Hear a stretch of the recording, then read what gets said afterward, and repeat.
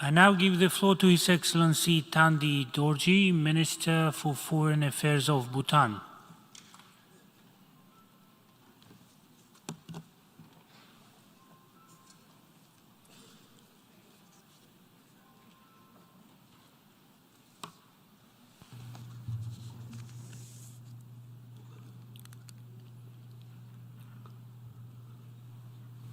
Mr. President, Mr. Secretary General, Excellencies, distinguished delegates, Kuzambola. I bring you the warm greetings of His Majesty the King and from the people of Bhutan. Allow me to convey our congratulations to His Excellency Mr. Chaba Korosi, the President of the 77th UNGA. Please rest assured, Mr. President, of Bhutan's full support as you steer us through the session. I also take the opportunity to convey our gratitude and admiration for His Excellency Mr. Abdullah Shahid, President of the 76th General Assembly, for the exceptional manner in which he guided our work this tumultuous year. Our appreciation is also due to the Secretary General, Mr. Antonio Guterres, who in a most challenging year for our organization, coinciding with the first year of his second term, has continued to serve as a compelling and valiant advocate for peace, people, and the planet. Mr. President, I arrived in New York last week with a vastly different prepared text for delivery today. In recent days, however, I received a heartful appeal from Chimi, a bright 7-year-old girl in class 2 at Lunana Primary School in Bhutan, which has compelled me to rethink my statement. Lunana is a place in one of our northernmost districts, remote and perched at an altitude of 3,400 meters. It is home to a community of 810 people, comprising 885 households of highland nomadic herders spread across 13 scattered villages. Today, Lunana is embraced in the astounding beauty of rugged snow-capped peaks of the mighty Himalayas, which Lunaps, or the people of Lunana, both revere and depend upon for their livelihood and sustenance. Each time that Chimi and members of our community glance at these majestic peaks, the foremost question on their mind is, how long before these become barren and brown? I would like to share young Chimi's letter with you today. It reads, "My village is in great danger because of global warming. The glaciers and snow on our mountains are melting. The glacial lakes above our village are getting bigger every day. I'm sure it may cause a big flood in our village at any time, and we have to be in constant fear every day and night. Our innocent people are suffering because of others' evil actions. In near future, we may not see glaciers and snow on the mountains, beautiful glacial lakes and lunaps in this place. Therefore, I would request Your Excellency to kindly convey this small message to the world leaders and big and rich nations to help and save our tiny village from global warming.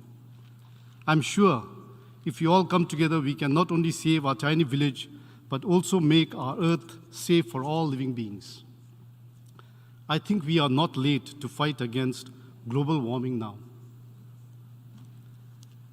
Chimi's poignant letter evokes the plain truths of communities standing on the front lines of the climate crisis. But this is not limited to Bhutan. We are reminded with far too much frequency that across the world today, lives and livelihoods are in peril due to the impacts of human-induced climate change, rising sea levels, and natural disasters.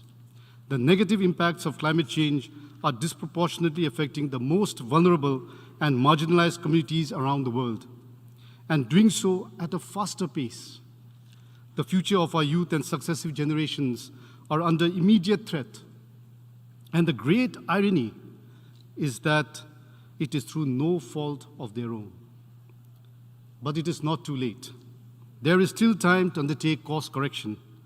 But that window of opportunity is fast closing.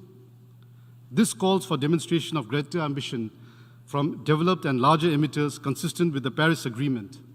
We must see deeper emission reductions in keeping with a fair share of global efforts consistent with a 1.5-degree pathway. At the same time, we must see greater solidarity and cooperation from all states to support efforts of the most vulnerable to adapt to the changing climate and deal with its consequences. We must ensure adequate and predictable finance, technological and capacity support for developing countries, particularly the LLDCs, the LDCs, and the SIDs, to enable us to achieve the goals and targets of the 2030 Agenda for Sustainable Development and the Paris Agreement. We need to forge strong international cooperation in coming up with viable projects and partnerships to scale up investments in alternative renewable energy to reduce our dependence on fossil fuel, particularly in the manufacturing and transport sectors. Bhutan hopes that the urgency to move beyond business as usual will be heeded at COP27 this November. Mr. President, in Bhutan, our visionary monarchs have long recognized the importance of conserving our natural environment and living in harmony with nature. Although small, we have made bold commitments to safeguard nature and protect our environment, most significant of which is the constitutional requirement of maintaining 60% of our total area under forest cover, whereas in reality, more than 70% of our territory is forested. Our forests are net carbon sinks, absorbing 2/3 more carbon than we emit. Bhutan is not just carbon neutral, we are carbon negative. In a world heading towards a water, food, and energy crisis, investing in sustainable mountain development should be a global priority. We need to build resilience of our communities, offer mountain communities practical and sustainable alternatives to enable them to continue living in harmony with nature and their surroundings. We must continue to foster sustainable mountain development with special emphasis on mountain agriculture, sustainable mountain tourism, and opportunities to tap renewable energy that the mountains provide. The adoption last year proclaiming 2022 as the International Year of Sustainable Mountain Development brought the spotlight on sustainable mountain development, its conservation and sustainable use as integral means of protecting the common heritage of our planet. To put focus and raise awareness, we are organizing an annual ultra-marathon event known as the Snowman Race that will take elite athletes from around the world to run across our Himalayas at elevations of 5,000 meters above sea level. We hope that this will generate more action and enhance greater partnership. Mr. President, we are at a watershed moment in history. The world today faces an unprecedented series of interlinked and cascading crises. The human race continues on a collision course with nature, battling with the climate, biodiversity, and pollution. At the same time, the pandemic that surfaced in March 2020 is still with us, and rather than abate, continues to morph and reinvent itself into new and more virulent strains. Outbreaks of other viral infections continue to occur at alarmingly frequent intervals, threatening the world with another possible pandemic. It is certain that these biological threats will continue and that we need to be better prepared. As with many other parts of the world, Bhutan was not spared the impacts of COVID-19 nor its induced disruptions. We are fortunate that with our beloved monarch leading from the front, with government policies and measures firmly grounded in science, and most importantly of all, with the full solidarity and confidence of our people behind us, Bhutan was fortunate to fare better than many others. As a result of stringent measures, determination, and grit, we were able to minimize the immediate public health impacts of the COVID-19 pandemic, emerging with minimal loss of life. Our campaign to vaccinate our population has been recognized as an unlikely success story. And today, more than 90% of our entire population stand fully vaccinated with 3 doses. This, in no small measure, was possible due to the heartwarming goodwill of friends and partners, including India, whose Vaccine Maitri initiative enabled the full first round of vaccination for our adult population. We are also grateful to the United States, Denmark, Bulgaria, Croatia, and China, whose generosity with vaccines came at a most critical time. We also thank all the other bilateral partners and multilateral agencies that supported logistics and provided financial support, medicines, and equipment for our responses to the pandemic. Our success would not have been possible without all of your support, and we remain ever grateful. Just when we are embarking on rebuilding and recovering from the pandemic and its associated impacts, conflict, supply disruptions, surge in food, energy, and fertilizer crises are driving millions more into extreme poverty, magnifying hunger and malnutrition. Predictably, it is the poorest and most vulnerable amongst us that suffer the brunt. The Secretary General rightly described this as either a breakdown or breakthrough moment for humanity and for the planet. Transformation is what we called for in the political declaration of the UN's 75th anniversary. We thank the Secretary General for his groundbreaking report on our common agenda responding to this call. Bhutan has followed closely the discussions around the report and its recommendations, and we are pleased with the momentum that has been generated. As we continue our deliberations, Bhutan will engage constructively, including in preparations for the Summit of the Future, and work towards elaboration of a global digital compact. Our common agenda must provide a roadmap to turbocharge and accelerate our actions towards achieving the 2030 Agenda and the Sustainable Development Goals. Bhutan welcomes the report's recognition of the need to look beyond GDP.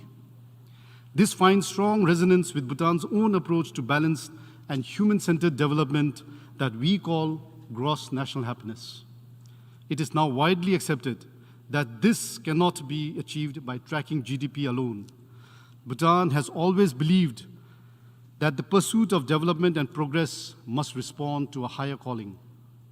We need measures that take into account the full spectrum of human development, as well as the multifaceted factors that provide the enabling environment within which individuals can pursue and achieve the common human aspirations, yet elusive goal of happiness and well-being.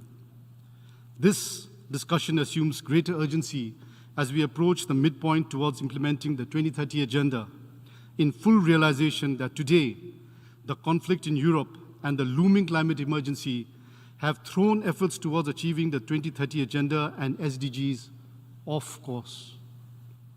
We need to refocus our priorities by shifting gears and turning our commitments into action, and doing so by working together in the spirit of genuine solidarity. Bhutan welcomed the convening of the Transforming Education Summit on 19 September. His Majesty, the King, has always accorded the highest importance to the education sector, recognizing that a nation's fate begins in its classrooms and schools. Education is a critical pillar of a country's development and holds the key to unlocking many of our shared global challenges. As His Majesty the King remarked as early as 2014, and I quote, "Education is empowering. It is a social equalizer and it facilitates self-discovery, which leads to realizing one's full potential. Good education gives you confidence, good judgment, virtuous disposition, and the tools to achieve happiness successfully. A good school gives a child a fair shot at success and ensures that a person's achievement in life will not be predetermined by his or her race, parentage, and social connections." Unquote. Mr. President, Bhutan may have been one of the most recent countries to finally reopen its borders since the emergence of the pandemic. As difficult and painful as these past 2.5 years have been, they have allowed for deep reflection at the national level and permitted time for an honest assessment of gaps and challenges. Weaknesses were barred. In some instances, fault lines deepened. We came to the harsh realization that drastic recalibration of our systems were needed if Bhutan is to position itself as a country that is prosperous, resilient, and future-ready. With 1 year remaining before our exit date from the LDC category, these measures will buttress our efforts to ensure that Bhutan's graduation is smooth, sustainable, and irreversible. As I speak, major transformational initiatives are underway in Bhutan to strengthen public service delivery. The entire public sector will be streamlined, strengthened in terms of capacity and performance, held to more rigorous standards of professionalism and accountability. Our public servants must serve the citizens with better and faster public services that they deserve. While universal healthcare is a guarantee enshrined in our Constitution, reforms in the health sector focus on the importance of preparedness for future outbreaks and pandemics, strengthening the quality of healthcare, leveraging technology, and a renewed focus on mental health.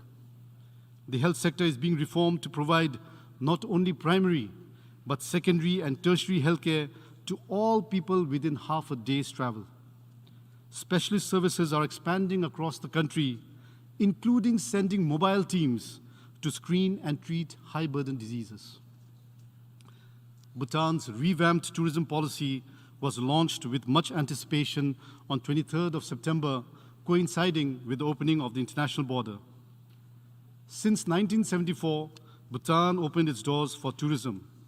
We have always followed the policy of high-value, low-volume tourism, which was envisioned by His Majesty, the fourth King of Bhutan. However, the minimal daily tariffs that was instituted was found to be too low, resulting in us becoming a budget destination, leading to mass tourism and its associated problems of increasing waste, decreasing quality of service standards, underemployment of the youth engaged in the sector, never-seen traffic jams, and overcrowding of our most religious sites. We have always prioritized the well-being of the people, preserving our environment, our tradition and culture over sustainable and mindless development, unsustainable and mindless development. Therefore, in keeping with our development philosophy of GNH, the sector has been restructured and reformed so that it benefits Bhutan not only economically, but socially and environmentally. In the long run, we want to create high-value, authentic, unique experiences for visitors and well-paying professional jobs and businesses for our citizens. Mr. President, the increasing fragmentation, polarization, and growing inequality we witness in the world today only serve as an urgent cry for strengthening multilateralism, for greater political resolve, solidarity, and compassion. It is apparent that no individual, community, or country can overcome contemporary challenges on their own. Interdependence is at the core of our existence, and we must come together through stronger and more effective multilateralism. Bhutan's commitment to multilateralism with the UN at its core remains unwavering. As a small, landlocked, and peaceful country, we remain fully committed to the noble objectives enshrined in the United Nations Charter. Coinciding with the 50th year of membership in the organization, which we marked last year, Bhutan responded to the call to contribute to the maintenance of peace and security, a key pillar and objective of the United Nations. Since then, Bhutan has prepared for the deployment of its first uniformed military unit, a light quick reaction force to a UN peace mission. This process was set in motion in 2014 when we first joined the ranks of UN troop contributing countries. Our well-trained troops will arrive to serve the cause of peace in MINUSCA in the weeks ahead. And I am confident that they will serve the international community with distinction and honor.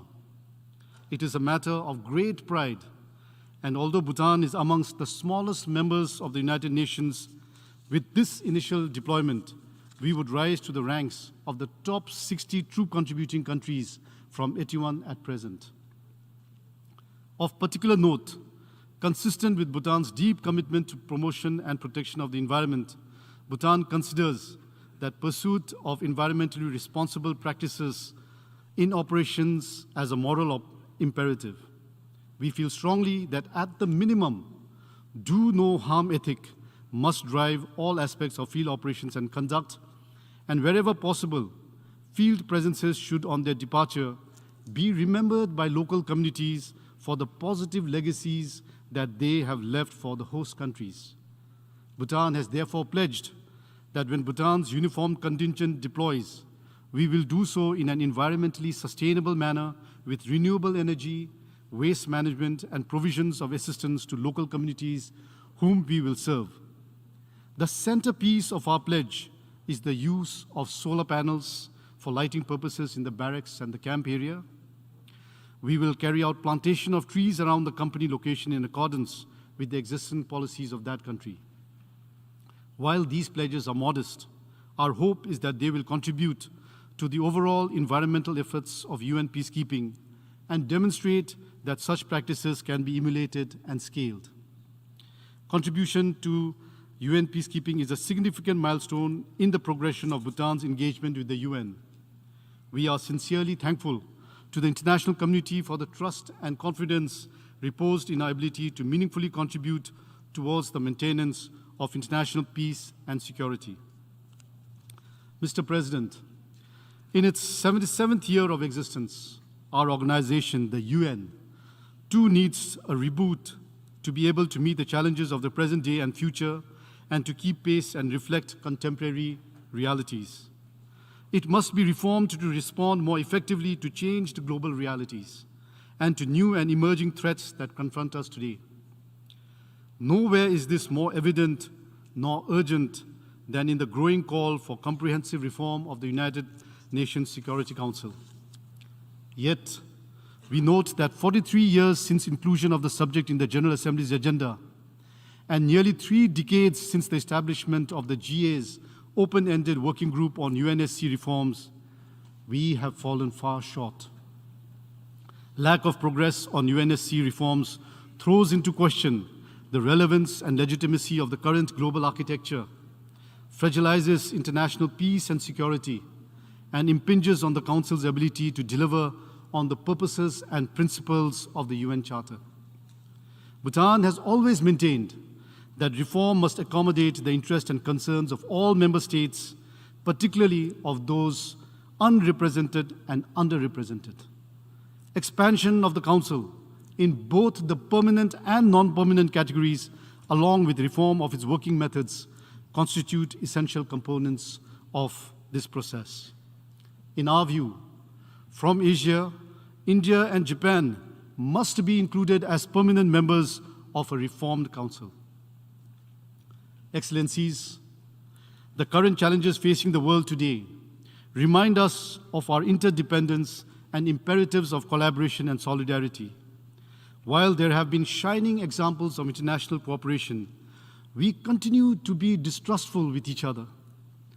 We are less understanding and driven more by self-interest. As the Buddha revealed 2,000 years ago, if we are to end suffering, we must rid ourselves of its 3 root causes, is what is known as the 3 poisons, and they are ignorance of impermanence, greed, and hatred. It is these that are the main causes of global problems today. The antidote and traits we can all draw inspiration from is said to be wisdom, sharing, and compassion. These enduring values find consonance in the essence of the principles enshrined in the UN Charter. I thank you and Tashtile.